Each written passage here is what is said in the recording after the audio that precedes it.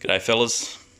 So if you've got a Ryobi edger or a whippersnipper that's got the expanded attachment, I'll cut straight to the chase. So pretty much you would have noticed there's a slot like this on the actual machine itself, and then you've got the blade that's rotating around it. You need to rotate the blade around until you'll see underneath there's a slot that needs to line up with the ring, and then just stick a Phillips head screwdriver in there. That seems to work the nicest, just a medium sized one.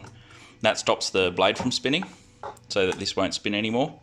Once that's locked, then you're just going to undo this nut. You can use a socket or whatever, a spanner, but it's easiest to use a rattle gun. And the important thing is it's reverse thread, so you need to turn it clockwise to loosen it, which I'll just do now with the old rattle gun.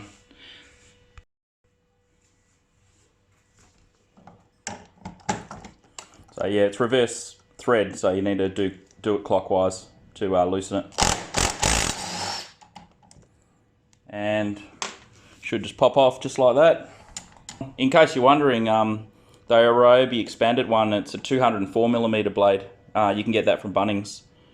That's the part number there if you want it.